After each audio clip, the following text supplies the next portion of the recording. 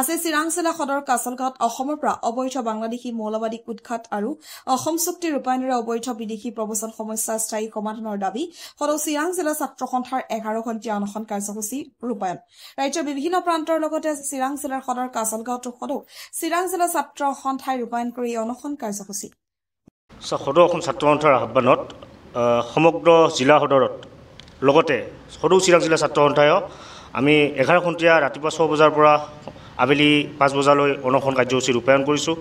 আমাৰ দাবীসমূহ হৈছে অসম চুক্তি আখৰে আখৰে ৰূপায়ণ, 6 নং দফা কাৰ্যকৰী, অসম বাংলাদেশ সীমান্ত অতি শীঘ্ৰেই চিল কৰাৰ দাবী আৰু সীমান্তত দেখিলেই গুলীয়াৰ নিৰ্দেশ দিব লাগে আৰু মৌলবাদীক উৎখাত কৰিব লাগে।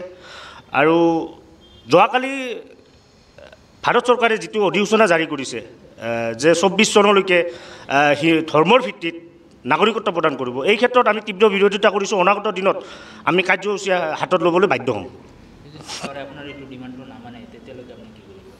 নহয় চাওক, অসম চুক্তি ইতিমধ্যে অৱসৰপ্ৰাপ্ত ন্যায়াধীশ ডক্টৰ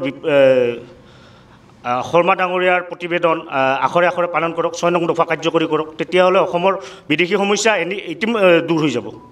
কিন্তু চৰকাৰৰ সদিচ্ছা নাই। বিজেপি চৰকাৰে এতিয়া চৰকাৰ শাসন কৰি আছে, কিন্তু অসমত সকলোবোৰ চৰকাৰে শাসন কৰিলে, কংগ্ৰেছে শাসন কৰিলে, AGP শাসন কৰিলে, কিন্তু কোনো এখন চৰকাৰে অসম চুক্তি ৰূপায়ণ কৰাত ব্যৰ্থ হৈছে।